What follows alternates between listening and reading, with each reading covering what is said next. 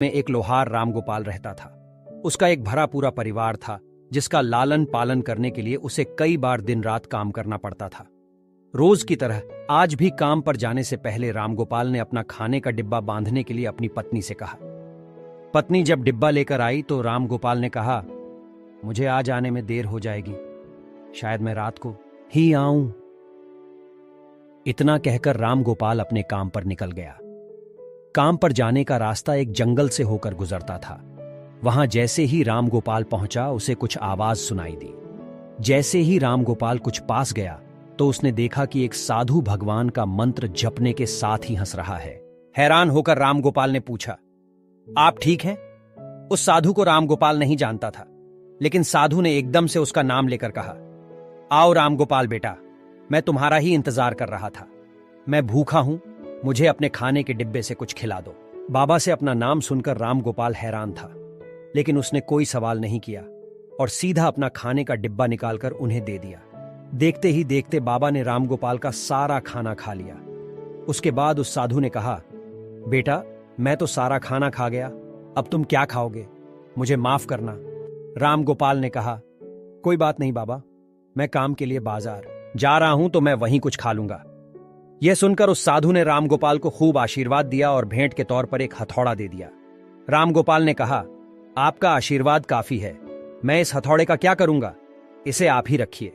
साधु ने जवाब देते हुए कहा, बेटा, यह मामूली हथौड़ा नहीं है, यह जादुई हथौड़ा है जो मेरे गुरु ने मुझे दिया था और अब मैं तुझे दे रहा हूं क्योंकि तुम्हारा दिल साफ है। इसका इस्तेमाल अच्छे कामों के लिए ही करना और किसी दूसरे के हाथ में इसे कभी मत देना। इतना कहकर वह बाबा वहां से अदृश्य हो गए। रामगोपाल अपने हाथों में हथौड़ा लेकर बाजार काम करने के लिए चला गया। औजार बनाने से पहले उसके दिमाग में आया कि आज इसी हथौड़े से लोहा पीटता हूं।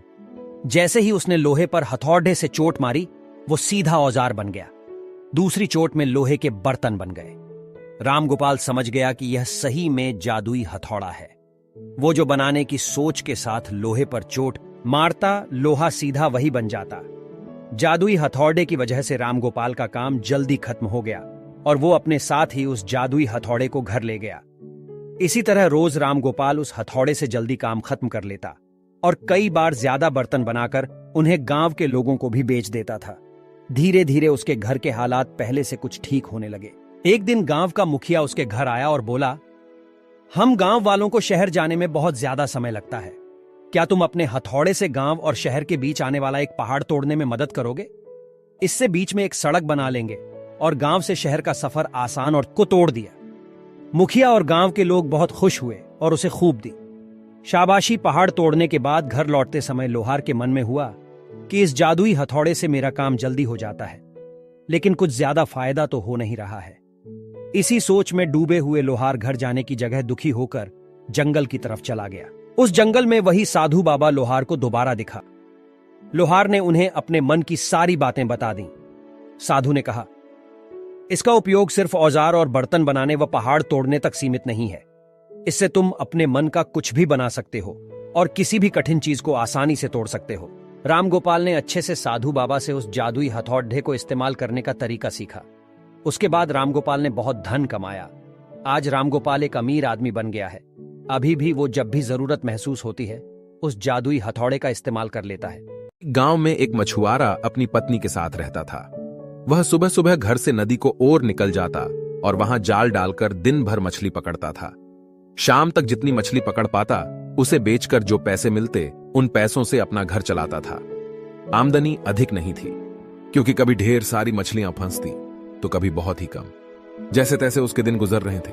इस पर भी वह संतुष्ट था और सुख चैन से अपना जीवन करता था। लेकिन उसकी पत्नी लालची थी। चाहे वह कितने ही पैसे घर लेकर आए, वह कभी खुश नहीं होती और उसे उलाहना दिया करती थी। मछुआरा ज्यादा मेहनत कर अधिक से अधिक पैसे कमाकर उसे खुश करने की हर कोशिश करता था, लेकिन कभी उसे खुश नहीं कर पाता था। एक सुबह जब मछुआरा उठा तो उसका शरीर बुखार से तप रहा था, लेकिन पत्नी के डर से वह जाल लेकर नदी चला गया। कुछ देर वह नदी में जाल डाले बैठा रहा, लेकिन एक भी मछली जाल में नहीं फंसी। वह खाली हाथ घर लौट आया। उसे खाली हाथ लौटा देख उसकी पत्नी चिल्लाने लगी, उसने उसे समझाने की कोशिश की कि आज उसकी तबीयत ठीक नहीं है, लेकिन वह नहीं मानी और मजबूरन मछुआरे को फिर से मछली पकड़ने जाना पड़ा। बुखार से तपता हुआ वह नदी में जाल डालकर बैठ गया। बहुत देर तक जाल डाले रहने के बाद भी एक भी मछली जाल में नहीं फंसी। वह निराश होकर लौटने का मन बनाने लगा कि तभी उसे जाल कुछ भारी सा प्रतीत हुआ। वह खुश हो गया कि शायद कोई बड़ी मछली फंस गई है। उसने जल्दी जल्दी जाल खींचा। जाल में एक सुनहरी मछली फंसी हुई थी। मछुआरे ने इतनी सुंदर मछली पहली बार देखी थी। वह उसे हाथ में लेकर निहारने लगा। तभी वह मछली बोल पड़ी, मछुआरे भाई, मैं इस नदी की रानी हूं, मुझ पर दया करो, मुझे छोड़ दो। तुम मुझे छोड़ दोगे तो मैं तुम्हारी हर इच्छा पूरी करूंगी। मछुआरे को मछली पर दया आ गई। उसने वापस नदी के पानी में छोड़ दिया और घर वापस आ गया। घर में पत्नी ने उसे फिर खाली हाथ लौटा देख उत्पात मचा दिया। मछुआरे ने उसे किसी तरह शांत कर सुनहरी जादुई मछली की बात बताई। सारी बात जानकर उसकी पत्नी भड़क गई कि जब जादुई मछली हर इच्छा पूरी करने तैयार थी तो तुमने कुछ मांगा क्यों नहीं। उसने जबरदस्ती मछुआरे को नदी पर भेजा और जादुई मछली से खाने पीने का सामान मांगकर लाने को कहा। मछुआरा नदी पर पहुंचा और किनारे खड़े होकर जोर से चिल्लाया, मछली रानी, मछली रानी, बाहर तो आओ, मेरी एक विनती सुन लो। कुछ ही देर में नदी के पानी में हलचल हुई और सुनहरी जादुई मछली पानी के ऊपर आ गई। क्या बात है मछुआरे भाई, मुझे क्यों बुलाया? मछली बोली, मछली रानी, आज घर पर खाने का कुछ सामान नहीं है। मैं और मेरी पत्नी दोनों भूखे हैं। क्या तुम मुझे खाने का कुछ सामान दे सकती हो? मछुआरा हाथ जोड़कर बोला, क्यों नहीं? मछली बोली, तुम अपने घर पहुंचो, वहां खाने का सामान पहुंच जाएगा। मछुआरे ने वापस घर की राह पकड़े ली। जब वह घर पहुंचा तो देखा दरवाजे पर खाने पीने की ढेर सारी चीजें रखी हुई हैं। उसने आवाज लगाकर अपनी पत्नी को बुलाया और वे सारी चीजें दिखाई। उसकी पत्नी खुश हो गई। सारी चीजें घर के अंदर रखने के बाद मछुआरा बैठा ही था कि पत्नी बोली, तुम भी क्या बस खाने पीने की चीजें ही मांग कर लाए? सुंदर वस्त्र और आभूषण भी तो मांगने चाहिए थे। अभी जाओ और जादुई मछली से जाकर वस्त्र और आभूषण मांगो। मछुआरे को बार बार जाकर मछली से चीजें मांगना ठीक नहीं लगा। वह बोला, अभी तो इतना सारा खाने का सामान मांग कर लाया हूं। हमारी खाने की जरूरतें तो पूरी हो गई। कपड़े और आभूषण फिर कभी मांग लूंगा। यह सुनना था कि पत्नी ने आसमान सिर पर उठा लिया। मछुआरा मन मानकर फिर नदी की ओर चल पड़ा। वहां उसने फिर से मछली को पुकारा, मछली रानी, जरा बाहर तो आओ। मछली पानी के ऊपर आ गई। मछुआरा हिचकते हुए बोले, क्या बताऊं मछली रानी, पत्नी सुंदर कपड़े और आभूषण मांग रही है। क्या तुम उसकी इस मांग को पूरा कर सकती हो? उसकी इच्छा पूरी होगी, जाओ घर लौट लाओ। इतना कहकर मछली पानी में चली गई। मछुआरा जब घर पहुंचा तो देखा कि उसकी पत्नी नए कपड़े और आभूषण पहनकर बैठी हुई है। मछुआरे को देखते ही वह खुशी से झूम अपने नए कपड़े और आभूषण दिखाते वह बोली, सुनो जी, मैं इन कपड़ों और हुए आभूषणों में किसी रानी से कम नहीं लग रही हूं। ऐसे में इस झोपड़ी में रहना कहां शोभा देता है। तुम ऐसा करना कि कल सुबह जादुई मछली से एक महल मांग लेना। मछुआरा क्या कहता। कलह के डर से वह चुप रहा। अगली सुबह पत्नी ने उसे उठाया और जादुई मछली के पास भेज दिया। नदी के किनारे खड़े होकर मछुआरे ने फिर से मछली को बुलाया, मछली रानी, जरा बाहर तो आओ। जादुई मछली पानी के ऊपर आई तो मछुआरा बोला, मछली रानी, मेरी पत्नी ने पूरा जीवन गरीबी में व्यतीत किया है। वर्षों से झोपड़ी में रहते रहते उसने बहुत दुख झेले हैं। क्या तुम उसके रहने के लिए एक महल बना सकती हो? उसकी ये इच्छा भी पूरी होगी। कहकर मछली पानी में चली गई। जब मछुआरा घर पहुंचा तो देखा कि उसकी झोपड़ी के स्थान पर आलीशान महल खड़ा हुआ है। अंदर जाने पर उसने देखा कि उसकी पत्नी सज संवर कर बैठी हुई है। वह बहुत खुश थी। जब मछुआरा उसके पास गया तो बोली, महल तो रानी जैसा मिल गया है, लेकिन बिना सेवक सेविकाओं और सुख सुविधा के सारे सामान के रानी होने का क्या लाभ? कल तुम मछली से सेवक सेविकाएं और सुख सुविधा का सारा सामान मांग लेना। मछुआरा ने पत्नी को समझाने की कोशिश की, लेकिन पत्नी नहीं मानी। अगले दिन मछुआरे ने जादुई मछली से नौकर चाकर और सुख सुविधा के सारे सामान मांग लिए। घर लौटने पर उसे अपनी पत्नी सोने के पलंग पर आराम करती हुई दिखी। सेवक सेविकाएं उसकी सेवा में लगे हुए थे। उसकी पत्नी बहुत खुश थी। कुछ दिन उसने बड़े मजे से काटे, लेकिन फिर उसके मन में नई इच्छा ने जन्म ले लिया।